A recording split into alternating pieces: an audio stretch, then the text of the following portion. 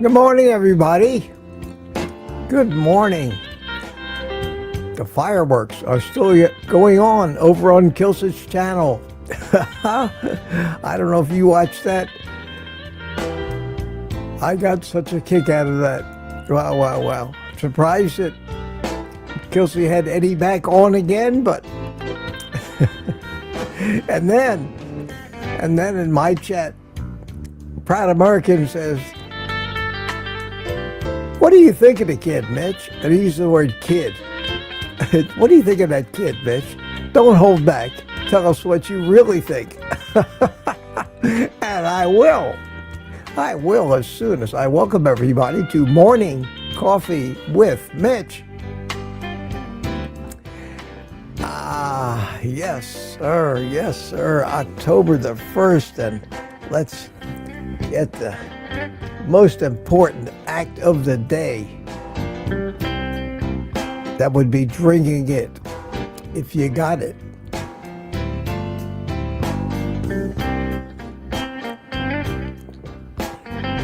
Wow, wow, wow.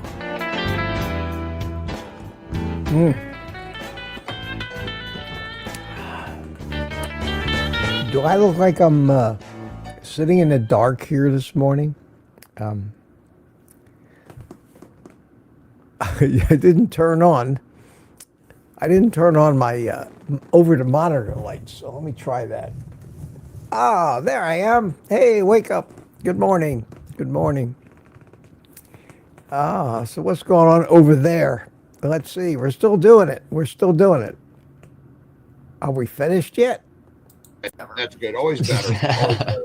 Yeah, we're waving goodbye. Have an awesome day. Have a great day. Okay, good deal. Good deal. Perfect timing. And here I am. Okay, let me bring my own live up to date. There it is. Okay, why is it not moving? Oh, God, I love this. Huh. Oh, well. Okay. Just refresh that screen. There we go. Now I'm moving over there. Okay. All right. Wow. Hump day. Hump day, Wednesday morning. October the 1st. October the 1st. I can't believe it.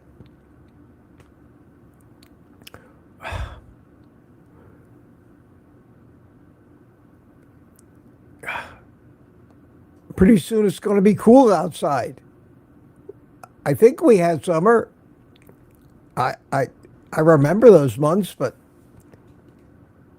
wow. I don't know. It's scary. And the thing that's scary is that the rate at which time, the passage of time accelerates as you get older. And I think as you get older, the rate at which time passes actually accelerates as well. And that would mean that if I would live to be 100, that a whole year would be like a week. If it keeps going at the current rate, am I the only one that observes this, or is this just the way it works? But I can't believe it. I cannot believe it. Can't believe it. Yeah. At any rate, let me just say hi to the early birds.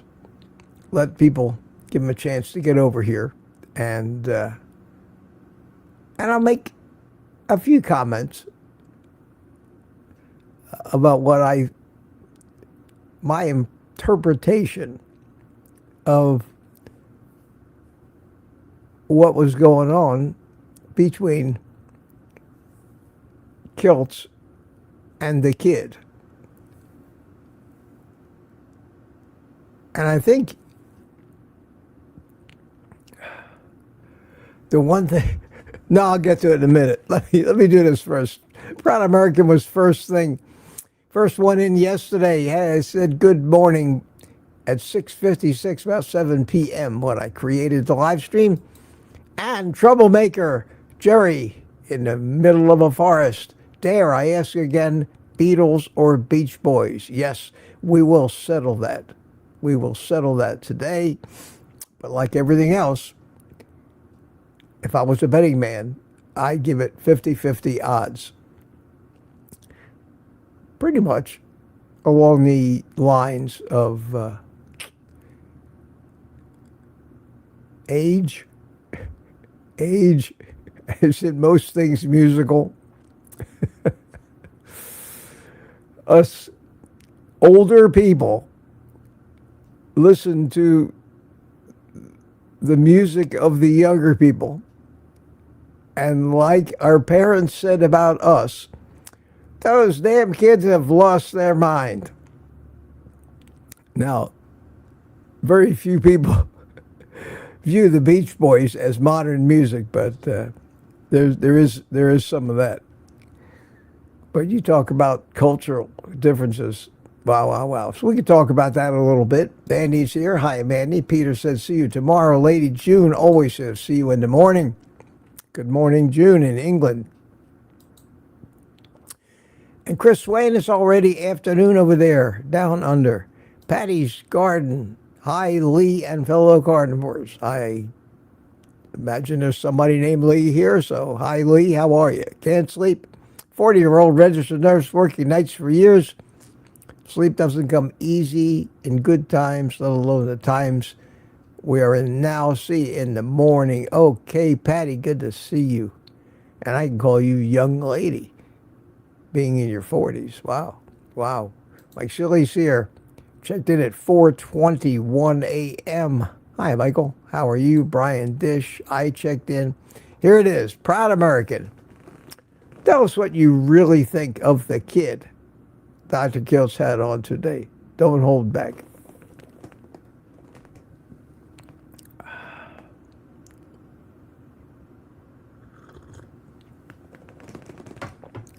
I'm going to get back to that. I want to get up to 7 o'clock, ring the bell, congratulate the winner, and then we'll jump right to that question. So, Peter, if I don't jump right to that question, start blaring at me in the chat. Remember what you said. Mike Silly Sr.'s here. How you doing, Mike? And Lori Whitesell. Hi, Lori. Good morning to you. Jem, good to see you this morning. Wow. Just listening to Kiltz and Eddie. Interesting. Yeah. If you listened to that conversation in ways other than literally, and tried to look deeper into the thinking and the thinking process of a 70-year-old versus a 12-year-old, and I'm being facetious. I have no idea how old Eddie is, but I know he can't be that old. All right, I'll tell you my conclusions. But they're not bad. They're not bad. It's just another example of my favorite old saying was, the older I get, the smarter my parents become. And think about the meaning of that one. And Rick is here. Good morning, Rick. How you doing? I'll get to Quack later. Let's see who else chimed in. Jerry Graham chimed in. And Juliet is here. Hi, Juliet. How are you? How are you? Juliet knows what I mean. She'll agree with me about about my opinion on that conversation today. Thomas is here. Hiya, Thomas. Lady June, how you doing? Gary, no slow. Hi, Gary. And Larry Ryan at 6:59. Anthony at 6:59. And the winner this morning, Don Shanger. Congratulations, my friend. Good to see you. Congratulations. Followed immediately. Wow. Where are our two normal front runners?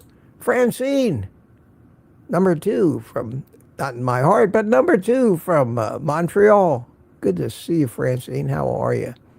And let's get through the 7 o'clock minute. We have Brian and Lori and Patty again. And Marla Kelly's here. Good morning. Jeff Johnson, a name you know. Hiya, Jeff. How are you?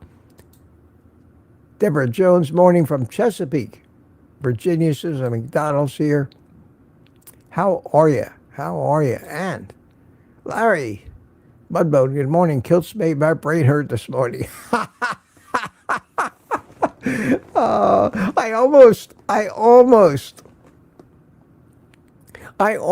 Those were almost my exact words when I was jumped on the chat to say good morning. I almost said, this makes my brain hurt. But I said, I'm enjoying the hell out of this instead.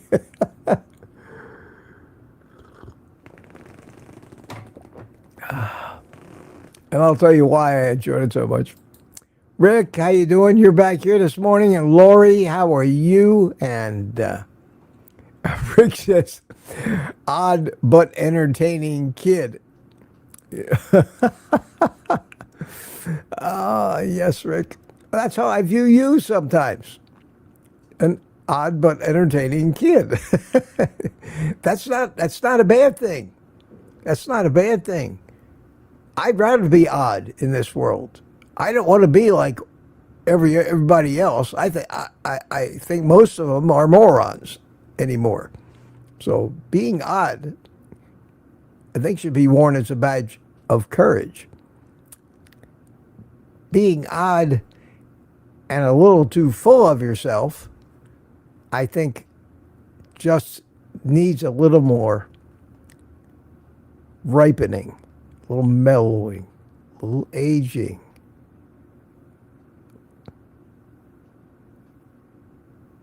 And that has nothing to do with IQ or how many facts you've accumulated. And that was a dichotomy that I saw the first time Eddie was on with Kilts, and today. And I got to tell you, after the first time, I was shocked that he was back again. Not that I think there's anything wrong with him. On the contrary, I think he's a very, very, very smart. He probably has a very high IQ. I think when it comes to his subject, he's probably given it lots of thought, and in that respect, one of two things is going to happen to him. He's going to have a very bright future, or what I perceive is his opinion. What I perceive as know-it-all arrogance, my opinion, is going to just alienate him with a lot of people who just get tired of the fact that he's young. He's young, and he knows it all. He reminds me a lot of Joey Schwartz. If you remember Joey Schwartz, he went out in a burst of flames when the world decided, I've had enough of this kid's arrogance. Now, he may not be that way. I don't know. I don't know anything about him. The only thing I know about him, I never read his book. I don't want to. I don't want to because of my impression of him. He's an arrogant know-it-all. He may not be, but that's my impression. And that's what we get. And that, I think, is one of the things that Kilts was trying to sneak in there. A point that Kiltsy was trying to make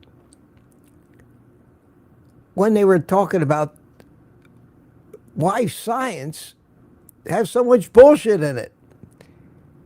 And Kiltsy's trying to inject human reality into the conversation, ideology into the conversation, belief, bias, and all these things that pretty much define science today. That give us all the phony, agendized, corrupt, bullshit conclusions in these studies and enable Harvard and Tufts University to come out and release studies for the news media to say, a latest Harvard study shows that red meat causes diabetes. Well, yes, you put the scientific principle up on a pedestal. The world doesn't work that way, my friend, young Eddie. You remind me of me when I was a kid. 50 years later, 60 years later, I'm proud of the fact that I don't know it all. I have an open mind. And I'm not really sure about anything. And the one thing that you said, that he said in his whole diatribe this morning, the one thing that gave me a glimmer of hope for the fact that he may grow up someday, gain wisdom, learn how to really think, because at a young age, your brain is not ripe enough yet to really think. No matter how hard you try, no matter how smart you think you are, you don't have the computer hardware for it yet. It takes a lifetime for all of those connections to develop and for it all come together. And it took me a lifetime. I'm not any better than you. You're not any better than me or smarter. I guarantee you that. I've just been around longer.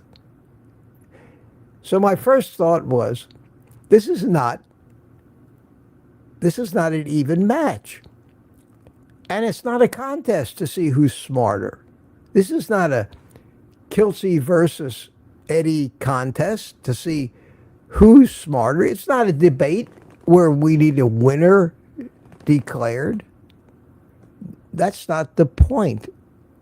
That's not the point of the search for knowledge or truth. The search for the knowledge or truth is the point, not to see who can outsmart the other guy. That, my friends, if you know me, and maybe you do a little, is the reason that I would never go one-on-one with Eddie. I would never go one-on-one. I would never debate him. I would say, you want to talk about the meaning of life, about how things really work, about reality and the perception thereof? Because Kiltz was right on the money with the point he was trying to make. I understand Kiltz completely. He and I have been there. We've observed it. We know how it works. And the way it works is, we're human. There is no reality. There is only the reality that our individual brains create for us based on everything that's come their way in your entire lifetime. What we really only have, and I truly believe this. Now, sure, there's some immutable things we call immutable facts. 1 + 1 = 2. How do you know? Somebody told you. 1 + 1 = 2. 1 what plus 1 what equals 2 what? What does 1 apple and 1 orange equal? Use your imagination. That reality exists only in a certain construct of facts that can vary with everybody, and it's truly up to open for interpretation. There are things going on in this universe that defy reality, defy the laws of physics. There is no reality. There's the Matrix. The Matrix nailed it pretty close. There is only the perception. And it scares me to think what reality these new AI computers may perceive when they get enough computing power. There's more to it than is just obvious. And you really don't even, most people never think about things like this. Very few people. Because it goes from the realm of science with all its rules and the scientific method. It moves from the realm of science into the realm of philosophy. I consider myself a philosopher above a scientist as I get older, and expect that I'll become more of a philosopher and probably less of a scientist as I get older. So what we had today with Kiltz, and this is my observation and my opinion, because that's the only thing he said that gave me any respect for him. One point he made, he said, "Oh, I want to make perfectly clear that this is my opinion. I don't know it as a fact. That's my opinion. I get hell for it," he says. "I want that to be known. That this is my opinion, that dairy is," and he talked about dairy. And the difference between young Eddie and old Mitch is that everything that I have right now and all that I have that I can be sure of in this world is my opinion. That's it. And the willingness to say, I might be wrong. I'll qualify it with the old joke, but I doubt it. But be able to say, I might be wrong. And believe that. And I watched Kiltz debate him, and I watched this, and Kiltz was in his element. And I don't agree with everything Kiltz says either. But I love the fact that he can spitball ideas. Throw them out there. Find out in his own search to find out if the areas that he's tend to think about might have validity or not. That's the only way new things get discovered. The rest of it is taught to medical students by some nutritionist according to what they think they know. Their minds are already closed. Everything starts with, well, everybody knows.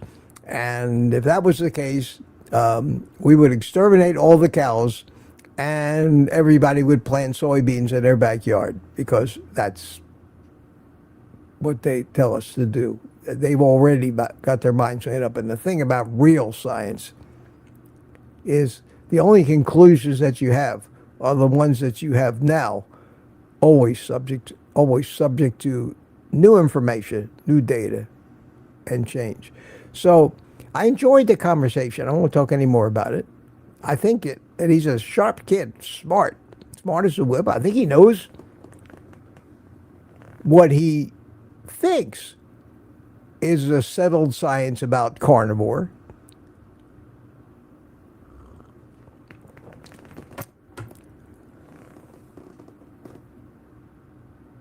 He just needs to add about 50 years yet.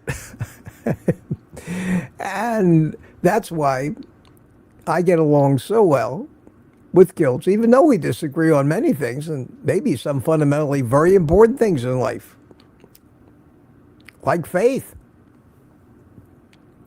But we understand where we each came to our conclusions and how we did,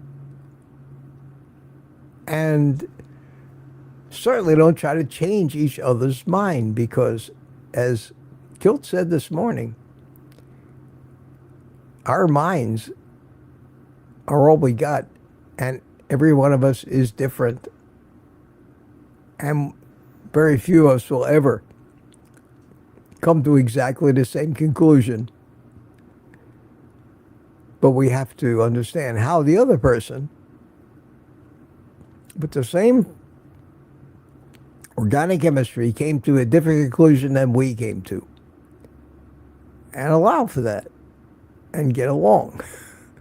So it was great. It was interesting. And an hour is not enough, but I don't want to debate the guy. I don't debate anybody.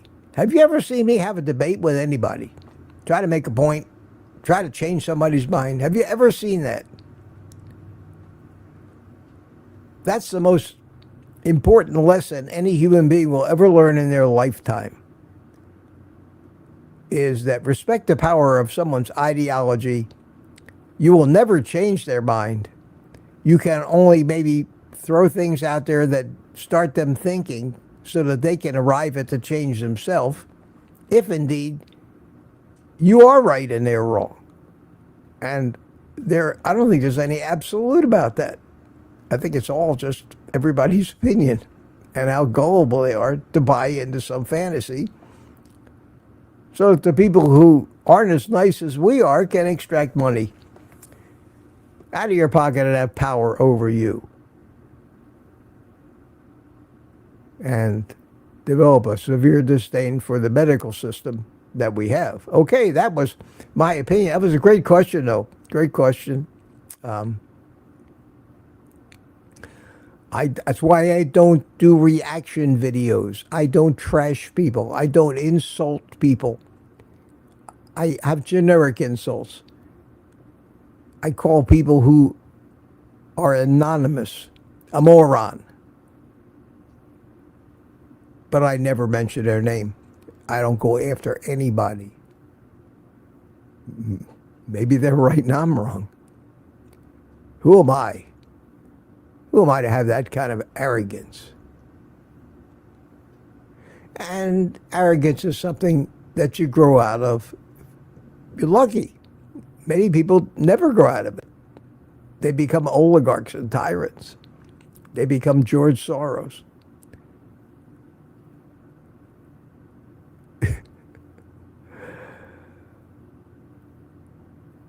That's enough about that. Barry Simon says, good morning, Mitch. How you doing, Barry? Steve Rogers, the winner. Steve Rogers won over on Kiltsy's this morning. Yes, Steve. Yeah, the winner.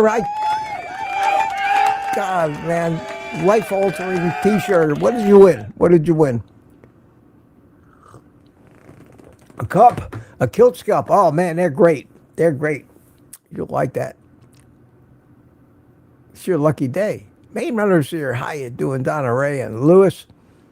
Louis Lotito. Hi, Mitch and friends. And Peter is here. Rick, I never thought you'd be willing up. Okay, we're talking computers. And the Peach Baron is here. Tammy Bitarch is here. Terry P. Lori. How we up to 7:02 now? I'm already a half hour behind and it just got started. Sandy Blythe. Hi, Sandy. North Dakota Carnivore is here. And Okay, Rick. Let me get the bank over here. There you go. Got to give you your quack for the day. Aaron is here. How you doing, Aaron? Aaron, how are you? And Lewis is going for a walk. Everybody's in conversation already.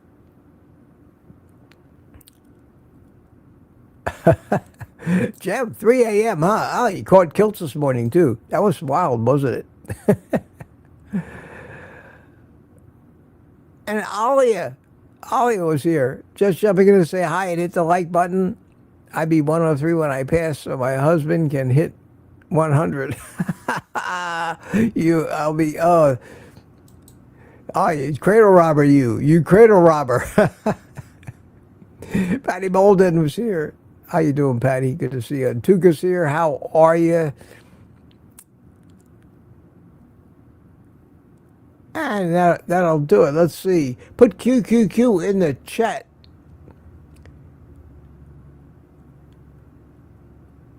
And I will try to make sure I answer all the questions, and hopefully Peter will point them out to me. What's going on in the current chat right now? Thomas says, I know many arrogant people. I think we breed arrogance in our society. Mitch, you are so correct. We age and become wise because of time and experience. Susan Martorell. Hi, Susan. New name. Welcome. Thank you for the compliment. Yeah. That's what wisdom.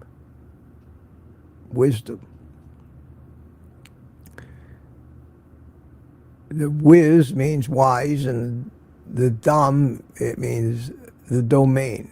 So you have entered, and it takes age, because it takes a lifetime for your brain to put all of these perceived observations together and form a unique big picture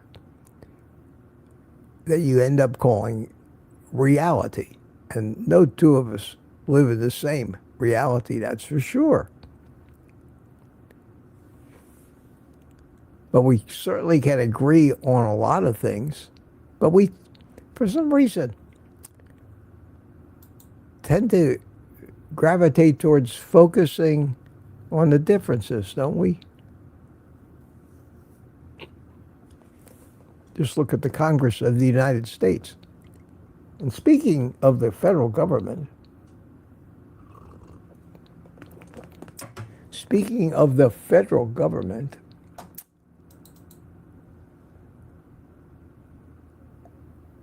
let me get this up here. Oh, some news yesterday. In the way that pharmaceutical advertising is done on television. And the order basically reinstates, or gives us now the opportunity to reinstate the 1997 rules. Prior to 1997, pharmaceutical advertisers were required to put all the side effects on their ads. So it looks like RFK is trying to find a way to make it harder for Big Pharma to advertise directly to people on television. Yes, that happened yesterday. For any of you who missed it. Are they going to be able to do anything? I rail about these drug ads, you know that.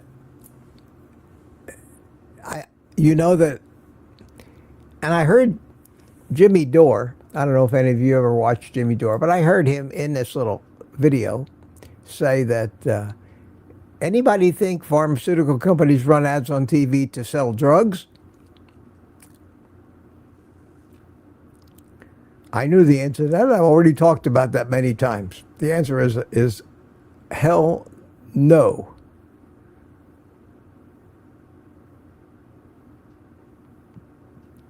They run ads on television as a way to launder pharmaceutical money and bribe the big media companies to always censor anything in their favor. It's payoff. They're not selling drugs from these drug commercials. How many people do you think are immediately calling their doctor?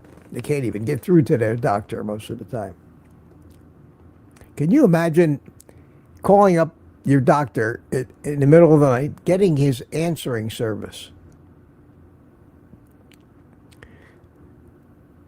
And the average, well, the doctor's office is closed right now. Well, I needed to, and you somehow managed to convince this operator that this is a life or death situation, and they need to wake your doctor up and get him on the phone for you. And somehow, in some fantasy world, that actually happens. And your doctor wakes up and sleepily says, "This is Dr. So-and-so, what's the problem?" And you say, "Doc, I was watching TV and they told me to call you and ask you if you thought I needed Cymbalta." That would be priceless to see that. No. The media companies are needed to run the propaganda as news whenever these, I don't want to use bad words, whenever these people come out with another piece of phony propaganda study that supports their needing drugs. They make a big news headline, a big misleading headline. The Harvard study shows that red meat causes cancer.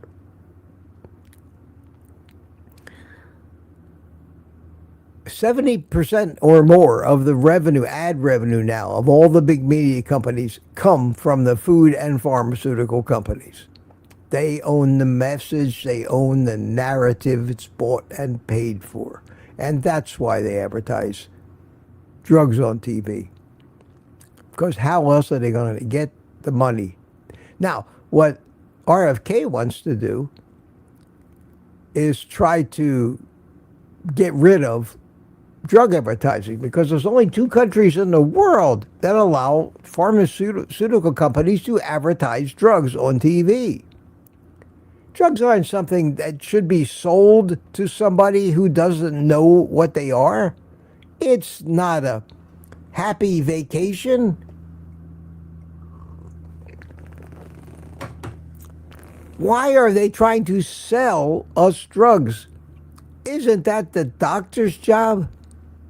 And isn't it the doctor's job to make sure that whatever drugs we think we might need, and it's not our place to think we need them, it's his place to recommend them, and that they're going to be safe for us, and they're going to be for their intended purpose. And a drug that was invented for diabetes isn't going to be mass sold for $1,000 a pop as a weight loss drug, which is an emotional issue.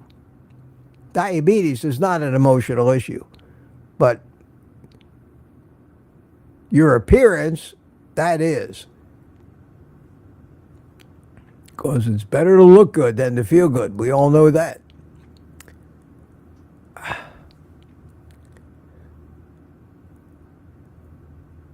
United States and New Zealand are the only 2 countries in the world where you'll see a pharmaceutical ad on TV.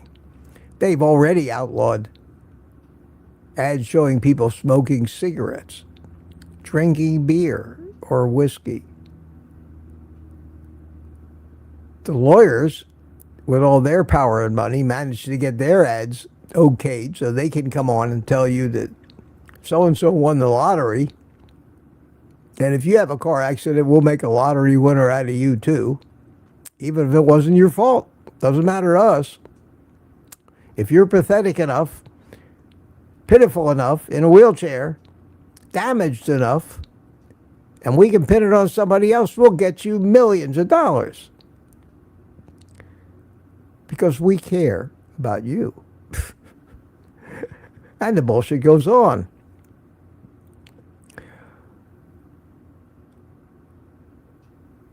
There's so much power wielded in Washington and in our government by the money donated by all of these pharma companies and food companies. And so many of the recipients of that money are deeply embedded in not only the government, but in also the legal and court system, that, like so many other things have digressed so far that they become unfixable and unchangeable. So here's what's going to happen. I hope it doesn't. I hope somebody can say, that's it, we're going to pass a law in Congress. Well, that would be a problem, because probably 80% of the congressmen are being supported for their political campaigns by the food and drug companies. So good luck getting them to vote against TV ads. But if in the unlikely event that they did manage to either get an executive order, which is the most likely thing that might happen, or actual legislation, don't put your hand on your ass while you wait for them to take the ads off the TV, because your hand will grow there. You'll be waiting so long. And the reason? The courts and lawyers. And you see that half of the executive orders Donald Trump signs They get an immediate stay from some wild activist liberal judge somewhere, and it gets thrown into the court system, and probably neither you nor I will live long enough to see it ever resolved, especially when you got a lobby as big as the food and drug companies working against us. So they have already bought and paid for our government, thanks to you, falling for their propaganda and buying into everything that they try to sell you that in actuality is killing you. Which, why I don't hold much hope out for this. So that was interesting. It's going to be interesting to follow. They're starting not with a ban. They're starting to try to roll back the law to 92 when it was required that if they advertise these things, they actually spell out every one of the side effects. And it's estimated that for the average drug, that would extend the length of time necessary to do a commercial from 30 seconds or so to about 4 minutes. So in other words, if they want to pay, and still, even with the list of side effects, they're not trying to sell you the drug. So if they have to buy a 4-minute commercial in order to comply with that law, that just enables them to get that much more money to the media companies. So is that going to help? In reality, they don't care if you buy that particular drug. The doctors got that covered. They're paying the doctors to write the prescriptions and put people on those drugs.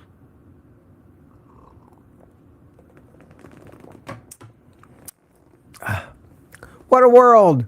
What a world. What a world. All right, let me continue to go down here looking for some questions. Oh, the question of the day. How could I forget this one? From Jerry. Out there somewhere in her forest. Beatles or Beach Boys? Okay, I'm going to take a little poll right now. So for those of you that are sitting at your keyboard, type either Beatles or Beach Boys. And then if you would do this for me afterwards, if you're not too embarrassed, type your age. How old are you? Okay. I don't see it. What a wonderful world, says Lori Whitesell. Okay. Is anybody listening to me whatsoever? Anthony says Beatles. Tammy Dean. No, I don't want just your age. I want to know whether you like the Beatles and your age. Beatles always. Beatles. Beatles, Beatles, Beatles, Beatles. Lori Whitesell, Beatles. Wow. Mary M, 68. Karen P, Florida Sunshine. I don't know if you like the Beatles or not. Beatles so far. There's the Beach Boys. Loretta likes the Beach Boys. 68, because I grew up in California. There you go. There you go. There you go. Rick doesn't like the Beatles. Beatles, 58. I like both. Yeah, why not? Nobody said you have to like one or the other. Beatles, 49. Beach Boys, 74. That's okay. Beatles, 70. All right, the Beatles seem to be about 80-20. And that would be my vote, too. That would be my vote. And John Beatty likes the Rolling Stones.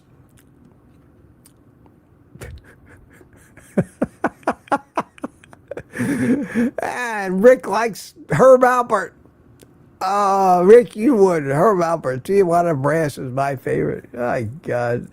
Both depends on my mood. That's an honest answer. Beatles, 40. Beatles, 59. Anthony. Jeff says that question. Beach Boys, 63. Just curious if walking on concrete barefoot is still considered grounding. I guess if it depends on how much moisture on any particular minute that the concrete has. If the concrete has moisture in it, it can probably conduct electricity. If it's been dry for a few days, maybe not. I don't think that's what the naturalists had in mind when they tell you to ground yourself, because back in the caveman days, I guess we had rocks. And that could be construed as concrete, but good question. I would opt for the dirt or the grass if you really want to be sure, but you could probably get some grounding. Some grounding. Got a coffee this morning. Worthy Prince bought me a coffee. Good morning, Mitch, he says. Thank you, Worthy Prince. And thank you for reminding me. I guess I'll take another shot here at this. I'll put up my Buy Me a Coffee QR code. Of course, the link is in the description of all the videos that I have, including the live streams. But thank you for that. Thank you. Unprompted and everything. Very kind of you. Very kind of you.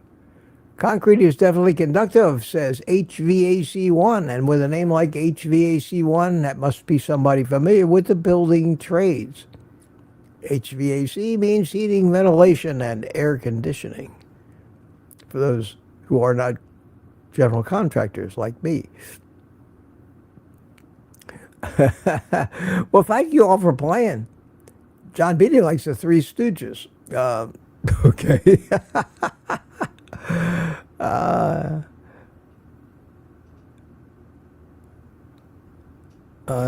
That's great. That's great. Amy, he said Beatles. I think Lori said. Okay, I think the Beatles are the clear winner. My opinion is that the Beatles are more musical, more sophisticated musically. Certainly, when I grew up, I was not into American rock that much. So for me, I had a band when I was younger, and we played a lot of Beatles music, and it was intricate music. It was musical as hell. It was beautifully written. They were just talented kids. And their music has survived to this day. Beach Boys was more cultural than musical in my instance. I never liked their music. I never listened to their music. I wouldn't go out of my way to listen to their music today. California culture, surfing and beaches. That was it. It had its place. They made a fortune. But I don't think that, in my opinion, and I won't argue this with anybody because everybody's going to have their own opinion. And everybody is happy with their opinion, and to them, that is the correct answer. There is no correct answer. There is only opinion. Maybe in this world, if many of us started actually thinking along the terms that I'm not right or wrong about anything. I basically have an opinion. Maybe we'd stop fighting about the differences. Not likely to happen. Too many people have too much money invested in stoking the flames of our differences of opinion at any opportunity to motivate us to some action or cause where they can profit somehow. That's the way the world works. That's the thing you learn after a number of years on this planet. Develop the ability to separate opinion from fact. Janet says, Eddie reminded me of Mitch as a kid. I don't know if I was ever as arrogant as him. He is arrogant. You can see it in his mannerisms. His actions and his facial expressions say more than his words a lot of times. He'll get impatient. And Kiltsy's going over there just what ifing, and that what ifing is fun sometimes. What if this? What if that? Let your mind wander. Explore. No matter how outrageous they might sound, explore a different possibility.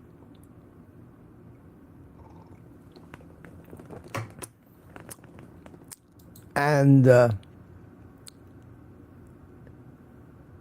a lot of freedom in that, because you can think anything you want.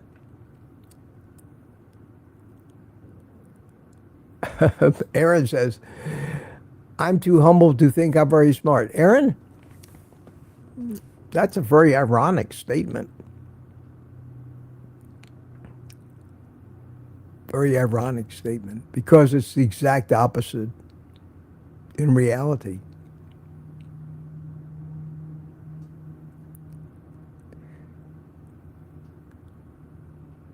The smarter you are, real smarts, practical, real world smarts, it's more likely that you will have humility.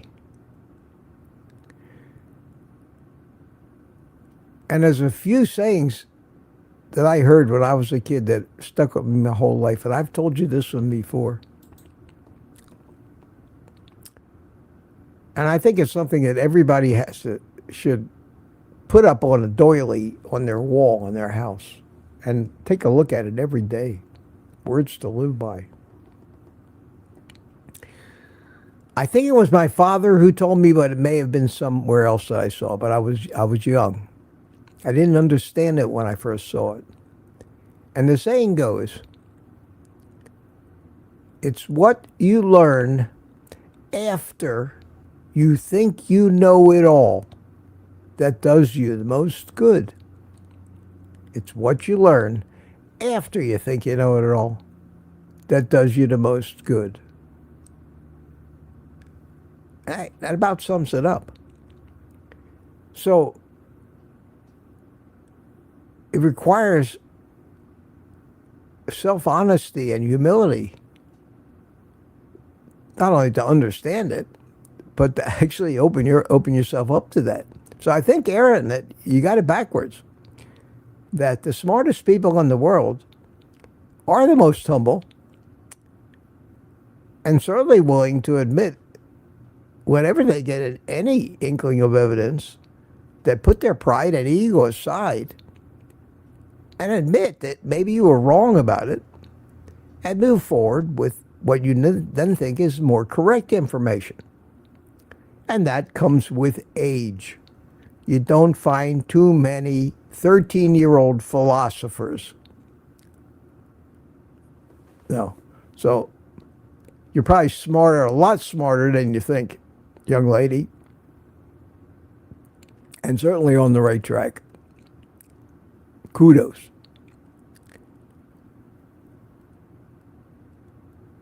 And Jerry enjoyed my book. Thank you, Jerry. One of the few people I think that finished it. I didn't lose you.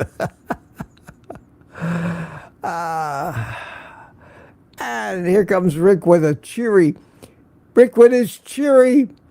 motivational and uplifting thought of the day. We all lose in the end. I think I got a sound effect for that. Hang on a second. Let me see if I can find it here. Which one is it? Is it this one? No. Where is it?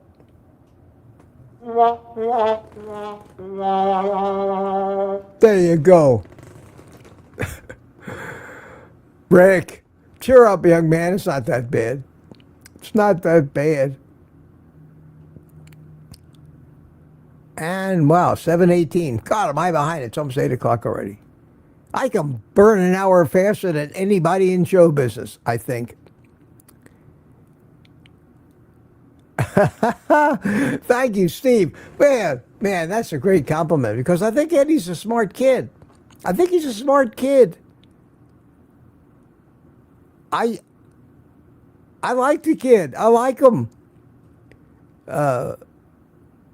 He's just got to grow up a little bit. That's all. But you can't hold that against him. You can't expect a 12-year-old. That's why when I see these TV shows and movies where they somehow write a script that portrays an 8-year-old kid to have the wisdom of the ages, I shake my head and say, that's not an 8-year-old kid. There's no 8-year-old kid on the planet that can be that insightful. But they imbue these young kids in these TV shows with tremendous maturity, oftentimes more than the adults. The kids are always smarter than their idiot parents. It doesn't work that way. You know who likes those kind of shows? The kids do. Makes them feel like they're smarter. No, I have nothing against Eddie. I find it amazingly entertaining and very, very insightful. George Bush asks, how, says Papa Carnivore. How are you doing with the leucine? Oh, Georgia Bush. That's George Bush. Hi, George.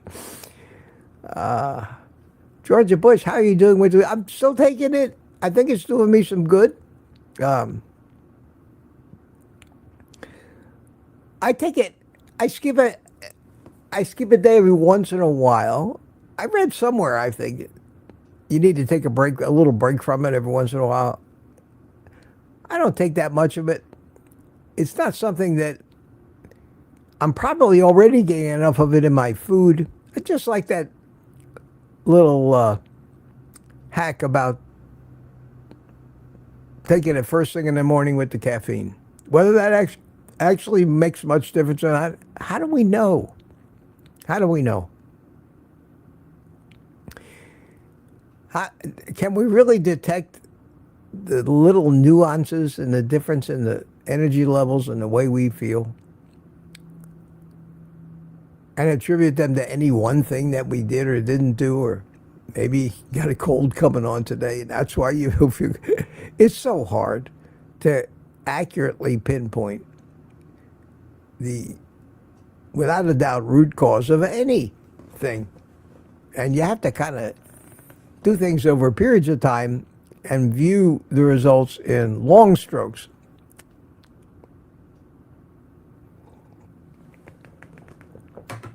We make our best guess. Problem is, we keep looking for too many clues that are hard to perceive, and we make our changes too often before anything we're doing has any time to, and that's the curse of just watching too much information, soaking in everybody's different opinion. It's confusing. Try to simplify it. I try to eliminate things. I'm trying to figure out a way to eliminate anything I have to take other than the food I eat. I added the creatine and the leucine for a specific reason, and it was I thought it would aid in my stroke recovery. If I probably wouldn't have done it had I not had a stroke, because I wasn't suffering from any sarcopenia before the stroke. So yeah, in that respect, it was medicinal. It was a prescription I wrote for myself. I hope I don't need to keep doing it for the rest of my life. I'd rather just get everything I need from the food. But who knows? Who knows? We can only guess. Take our best shot at it. Try not to do anything dangerous. Jerry joined the private community. That's great, Jerry. See you Thursday, tomorrow night. Thank you.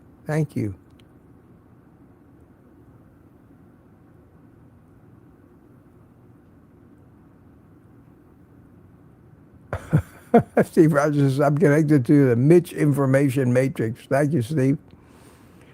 Thank you, my friend. Laurie thinks I'm a philosopher. I think I've become one. I didn't set out to be one.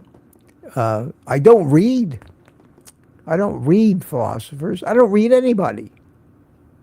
I don't read books. I'm the anti-kilts.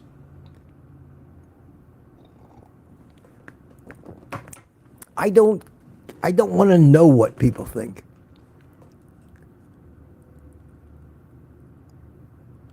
That may be construed as arrogance. But think about this. I don't want to fill my mind with other people's theories and ideas.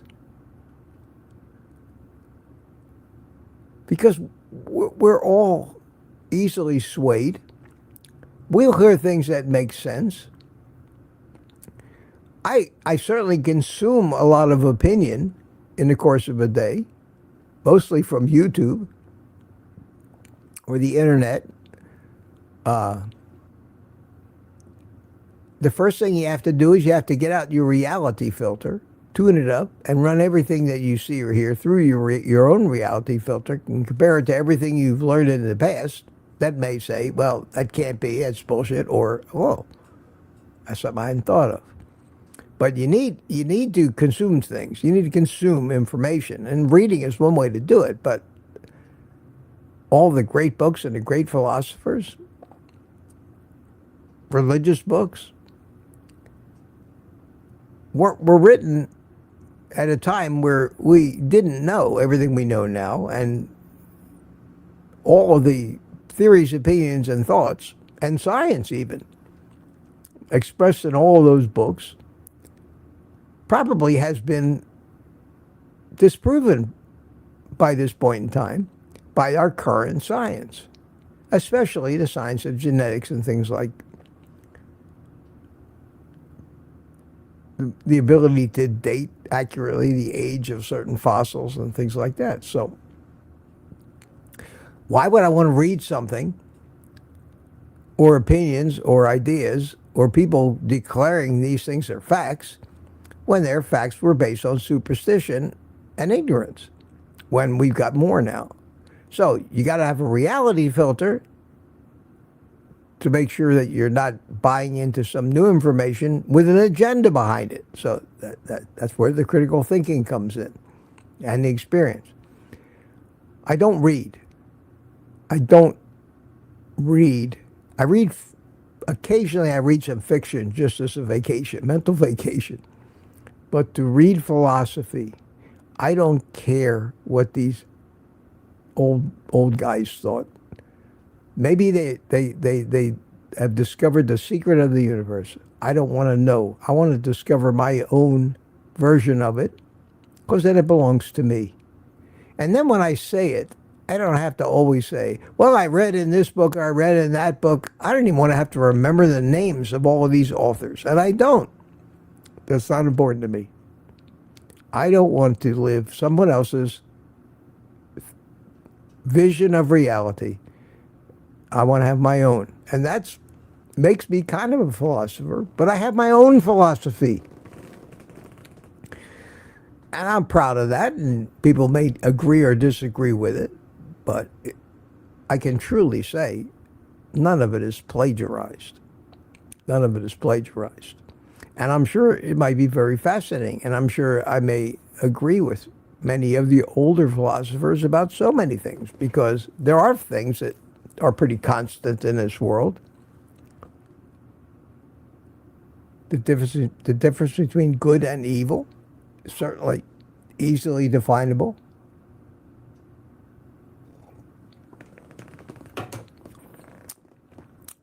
Whatever, I could go on for days about that, but that would just bore the hell out of all of you. 121 people watching. Leslie, I might be wrong, but I doubt it. Not a girl. A girl. Always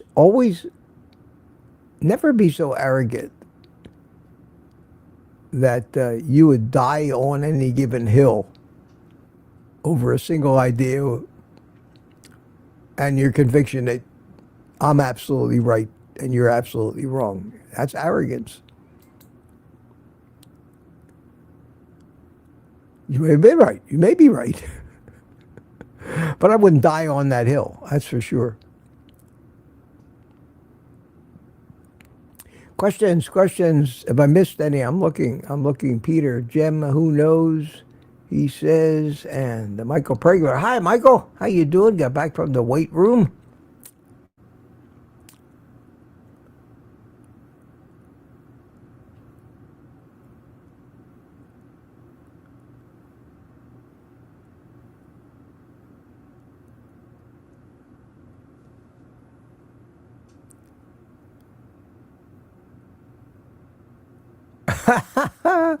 That's nice. Thanks, Steve. People. My last name has been pronounced wise mistakenly many times, but most oftenly it's pronounced Weiss. It's a German word. It means white in German, but in English, if you pronounce it the way EI is, like in the word receive, it's pronounced, it would be Weiss. So that was, I would say, 80% of the time, people pronounce my last name Weiss. And I got to the point where I just stopped. No, Weiss. Okay. Call me whatever you want. 7:32, half hour, still a half hour behind. George Bush wants to know what you're doing with the leucine. Got that. Thank you, Peter.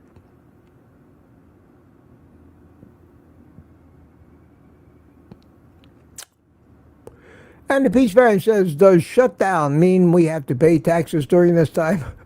Well, don't be silly. Don't be silly. You know, come on now. This just goes to show you the children that we have supposedly running our country. It just goes to show you that we have two political parties. One of them are belligerent children constantly having a tantrum, and the other may not be great either, but a little more reasonable. They're shutting the government down because we won't fund some of the ridiculous provisions in Obamacare that allow us to give millions of dollars worth of health care to illegal immigrants and take the money out of your pocket. How could anybody be okay with allowing their money that they earned and paid in taxes to this federal government to be funneled to people who don't even live here, have just came here to steal from us? Of course, there are legal ways to get into the country if you really want to come here for asylum or a better life. That you're weren't allowed into this country just to be a bought vote. And that's where the tantrums coming in. Shut the damn government down, as far as I'm concerned. So pay your obligations, pay your debts. My Social Security is a debt of our government to me. I paid in all those years, and by God, they owe me the money. It is not welfare or a handout.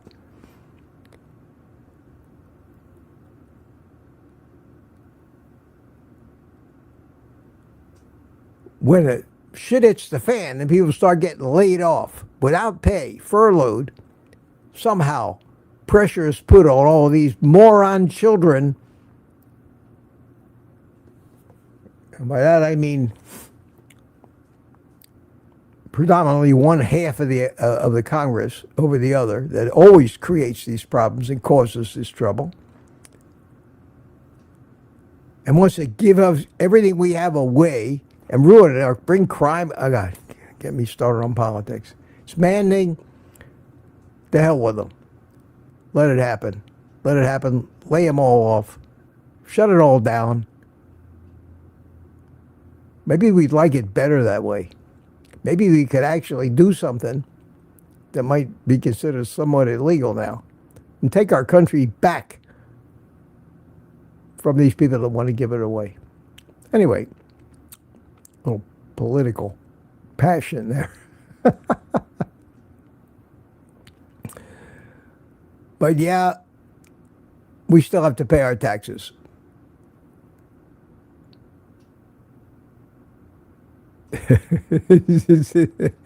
Ask your doctor if this snake oil is right for you. That's it. That's about it. That's about it. Yeah, you're right, Jerry. We had beer commercials. We had cigarette commercials. We had the Marlboro Man. Remember him? Remember the Marlboro Man?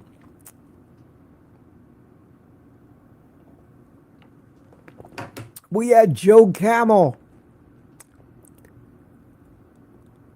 selling cigarettes to our kids. We were better off then. We were better off then. We'd be better off today. If we brought back cigarettes and Joe Camel and sold all that shit to kids and outlawed Ozempic ads and all these drug ads and came back in 10 years, our society in general would be healthier. We were healthier with the cigarettes than we were with all of these drugs. Cigarettes, turns out, if you look statistically at the levels of diabetes and cancer and heart disease, when everybody smoked, were nothing compared to what they are today with the diet and drugs that they keep selling us. We'd be better off. Maybe we should start a campaign. Bring back the cigarettes. Outlaw the sugar and the seed oils and the grains and the drugs. Where is it written that we need? I mean, that's all they talk about in Washington. Trump's talking about it. He was talking about it yesterday. We're reducing prescription drug costs for everybody. Well, what? How about reducing prescription drug prescriptions for everybody? How about stop trying to figure out how to pay for this crap and figure out how to get the Americans off of this crap? By making it cheaper, you're promoting more of it, not less. Because that's what lowering prices does. It raises sales. That's why people have sales. 50% off. You got to sell more. Well, when the drugs get cheaper, more people will take them as long as we are still allowed to keep selling them to them and urging them to ask their doctor. It is stupid, illogical, makes no sense, moronic, the American way. Shut the government down.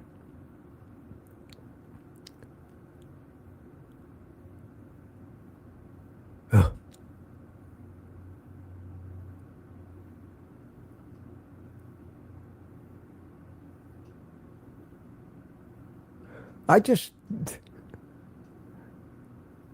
Things have to make sense to me for me to be okay with them.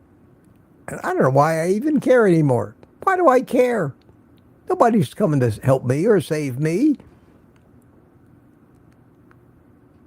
Why do I care about them? There are times when I think, I let it all go up in flames. But I somehow seem to care about it. I care about at least 100 or so people that come and spend the morning with me. So I must care about something. Not a lot of questions, but clearly the older people, which is primarily what we are here, like the Beatles better.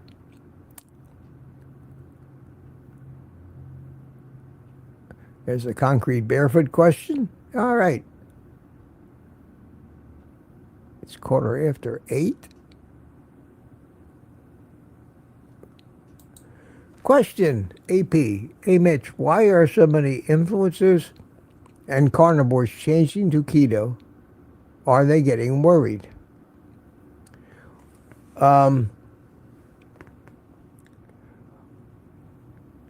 There's no reason that I can see, nutritionally or scientifically,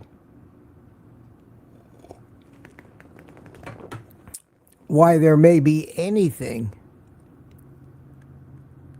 in plants that we can't live without.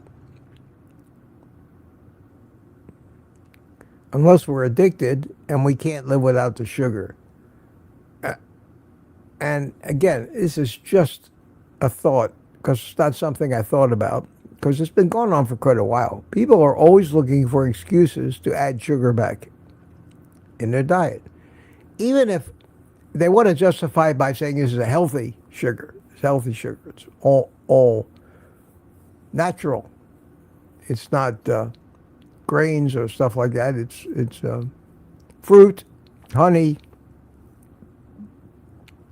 I think we're all so addicted that most of any movement that you see is still caused by some remnants, which may never go away, of an addiction as strong as that of a carbohydrate addiction. And I think I don't think you get any nutrients that you need that you're not getting in the meat, and maybe it's even nutritionally detrimental.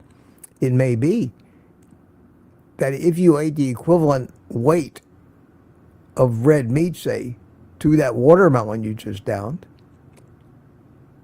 you didn't gain anything by adding the watermelon. You basically said, I've now filled up what I used to eat that was full of nutrition with empty calories full of sugar. So I can't imagine there's a scientific or nutritional reason. We're all different. I know that occasionally I still say to myself, and every once in a while, my lack of variety or remembrances of sitting there with a half a gallon of ice cream and how comforting it was and how good it made me feel. And my mind starts saying, well, it kills this ice cream. Maybe I can control my addiction and not binge on that stuff and have just a little of it. And I don't tell everybody every time I do this, but I do it occasionally. I'll say, maybe I ought to get another try. And invariably I do. And invariably it's a rabbit hole that I end up going down. And I'll use up whatever cream, let's say, that I bought. And then I'll put the ice cream machine away again. And 6 months later, I may pull it out again, What I do notice is after I go through a container of cream, let's say, 4, 5, 6 days in a row, I feel like shit.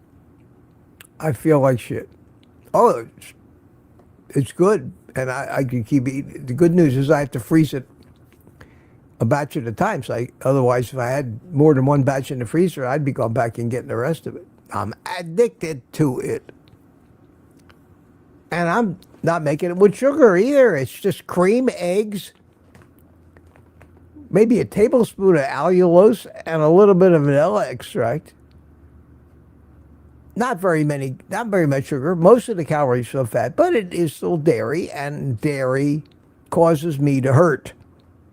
So after a few days of treating myself, staying carnivore still, guilt-free ice cream, my back starts to ache again, like it did all my life.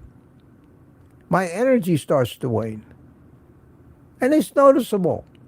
And after 4 or 5 days of it, I get that out of my system, ran out of cream, and I don't reorder it. And I can't have it anymore. And maybe 6 months from now, I'll get that little inkling again. I do notice a difference. I can't. Sorry, never did like dairy, never ate cheese, didn't like that, don't like fermented dairy, don't like yogurt, don't like any of that stuff. That stuff doesn't like me either.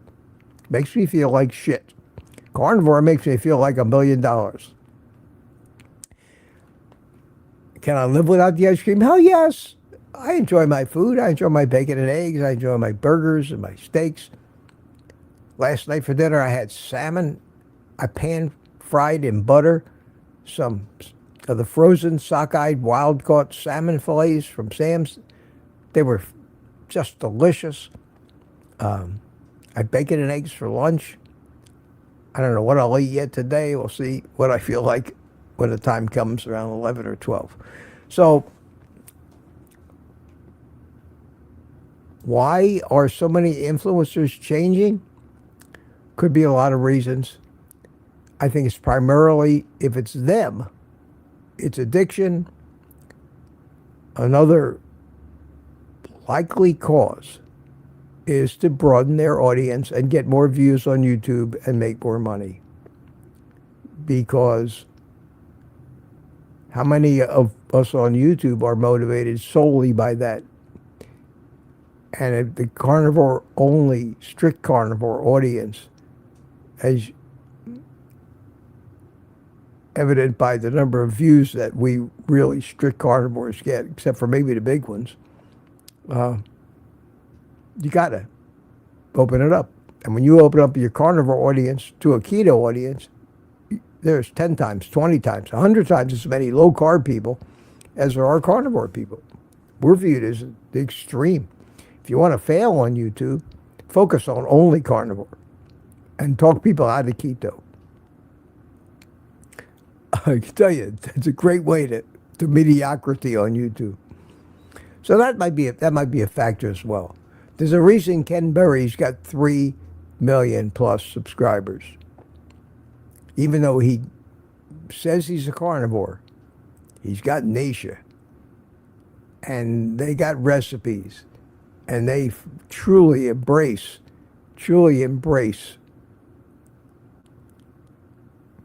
everything. Peter says, Ernie wants to know what you think of eating legumes and beans. I think, don't. I think if you have to give up any one particular group of plant food, well, except maybe grains, it's legumes. I think they're the most poisonous, deadly, fattening, disease-causing plants that you could find for the human animal. The greatest poisons that we know, poisons like ricin, come from castor beans. Peanuts are causing people more harm. That's my opinion. My opinion. Legumes, followed closely by nightshades. Stay away from them. These plants are definitely trying to kill us. Which is why, whenever you cook nightshades or legumes, you better follow the rules. You got to soak them. Soak them for days to get the poisons out of them. Then you got to pressure cook them. By the time you get done properly cooking a legume, you've pretty much turned it into mush with no redeeming value or nutrition whatsoever. So, how about it? Not good for you, in my opinion. Don't claim to be the world's foremost authority on legumes.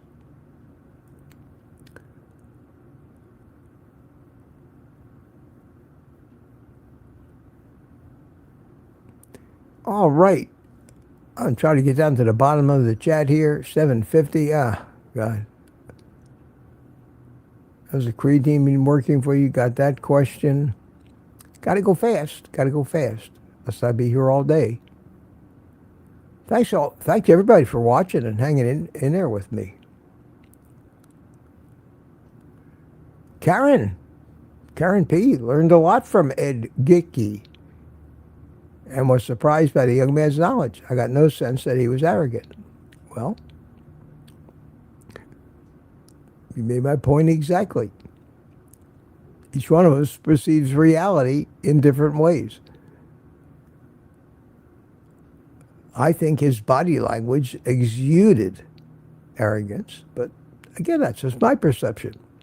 And I'm happy that you like him. And you think he's brilliant. And far be it for me to change your mind.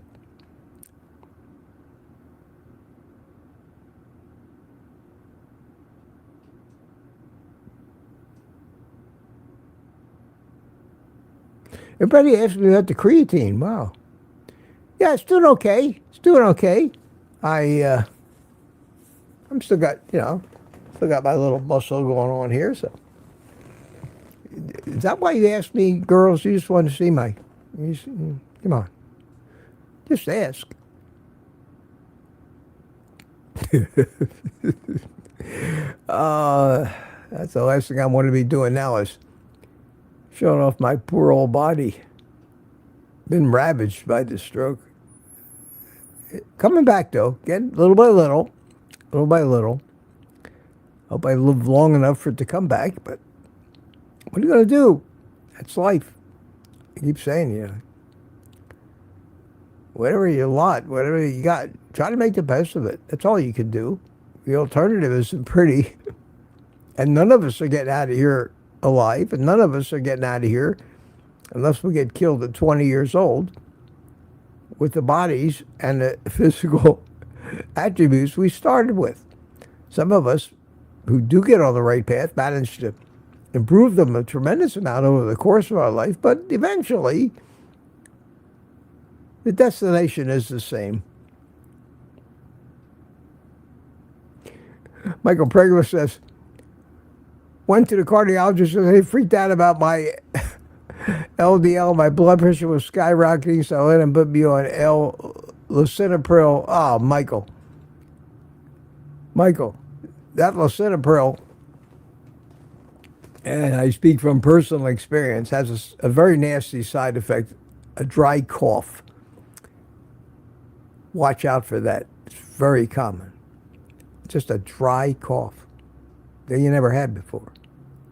That's the lisinopril. All those drugs have so many side effects. And take your blood pressure yourself. They don't know how to take blood pressure in the medical community. They take it at times of stress and anxiety. Well, that's all the time.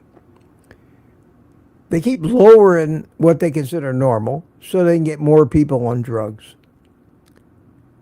Get yourself a good upper arm cuff machine. Pick a time of day, preferably first thing in the morning when you get up, before you turn on the daily news and get yourself all aggravated, because you're a passionate guy too, like me. Before you drink 3 cups of coffee, before you work out, before you do anything, sit down, put your feet on the floor, put your arms up about even with your heart, sit there for 5 or 10 minutes, breathe, and then take your blood pressure. And if your machine is like mine, you can take it 3 times, and it will give you an average of the 3. And do that every day for a while, and then that'll tell you what your blood pressure really is. Don't worry about your LDL. How much weight do you have to lose yet? Are you down to your ideal weight, or are you still on the journey? But I can't tell you to ignore your doctor. I can tell you that they always err on the side of over-medicating. Always. Be a team player, man. Support the industry. Everybody reminded me about the creatine question. Okay. Yeah, it's Ernie, John Fetterman. He's going to be a Republican.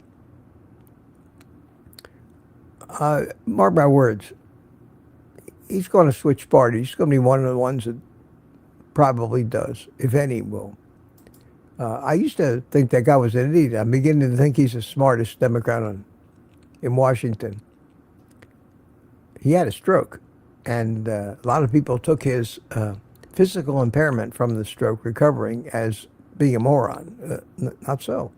And his eccentricities like mine, the way he dressed. He's at least reasonable. But that's the thing about the left and the liberals, is that if nothing else, they are loyal to their party.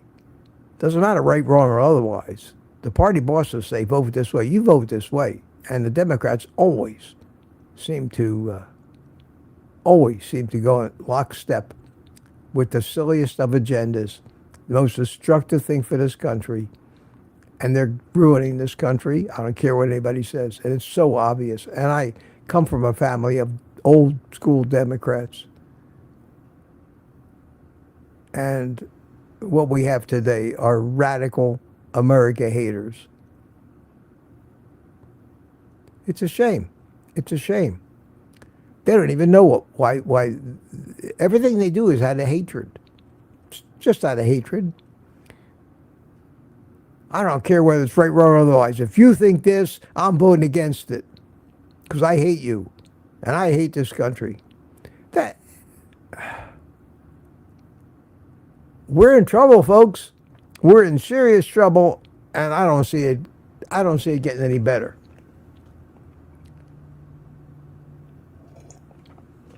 I think it's gotten better in the last year. I think it's gotten a lot better.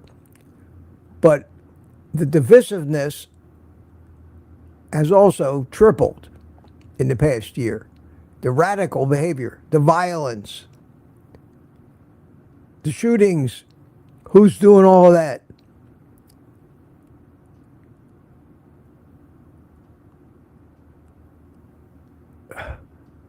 Sometimes, people just will not go along with the masses when in a democracy.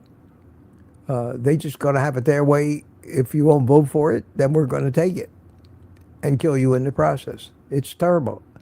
And what are we supposed to do? I guess we have to just live with it. We can't change it.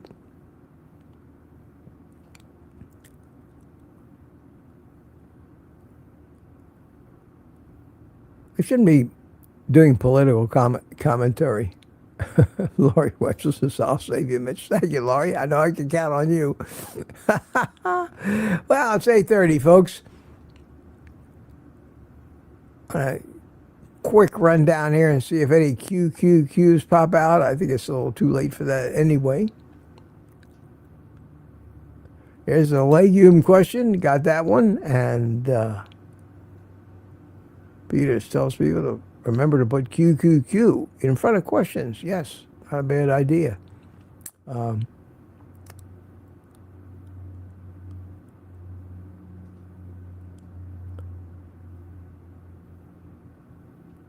Glad to see you all had a good time chatting. Thank you, Jim. Very nice of you to say.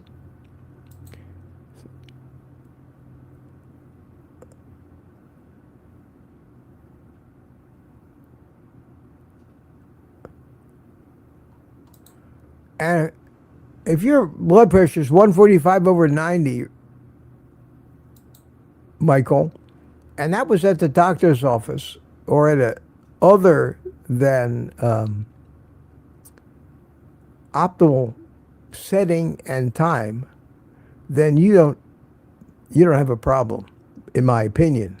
And certainly nothing worth medicating. But that's just me.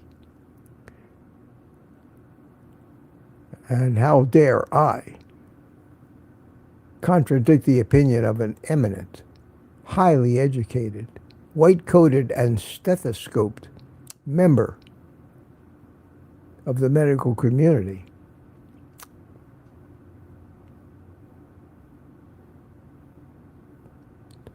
And Brian Dish, I just told you my thoughts on BP medication. I think if your blood pressure is 180/100, yeah, maybe a little bit wouldn't hurt you. But I would try to figure out why instead of just treating it.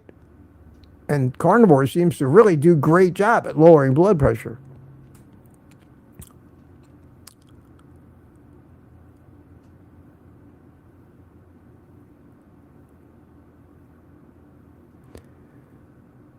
All right, so Michael's talking about his blood pressure and having a big conversation, and I'm trying to get to the end, 8:30. I think I did it. Main runner at the bottom. I hope things go well on the date. Peter, don't give up, man. Don't give up. You're not old enough to give up yet. I'm old enough to give up, but you're not. Be careful. Don't let them suck you in. Don't fall for all that nonsense. We men do stupid things and make many stupid concessions in search of somebody to mate with, but good luck to you. Good luck to you. All right, everybody. Yeah, white coat syndrome. I am I'm the poster child for that. If you look up white coat syndrome in the dictionary, you'll see a picture of me smiling. I've always had that. Always had that. Look it up if you don't know what that means. All right. I think we've exhausted. And this should be happy music. Yes. I will play a little happy music. And usher us out today. Have a happy hump day, Wednesday. Do something productive today. Enjoy the day. Eat some good food. Try to relax. Try not to get too aggravated at the world. I know that's advice I try to give myself every day. Doesn't always work. Maybe passion isn't so bad after all. I don't know. Thank you, Susan said, great chat. Mitch, Jeff S., good day, everyone. Anthony, music, says later. Anthony, a man of few words. Lady June, bye, everyone. Aaron, Booby Goats, bye, everybody. Jerry, bye, everyone. And Gemma, Mitch, and Mrs. Mitchers, have a great day. It was informative and fun. Always is. I have a good time. No place I'd rather be. No place I'd rather be in the morning than here with you guys. Mitch, have a nice day, says Brian. And Larry Mudbone, have a great day. Thank you, Mitch, says Loretta. Ernie Earhart, good day all. Sounds like the name of a race car driver. Love it. Rick, see you tomorrow. Yes, sir, young man. Have a good day. Either say hi to or eat one of the ducks. Excellent session as usual, says Jeff Johnson, the name you know. So, with the music about to end,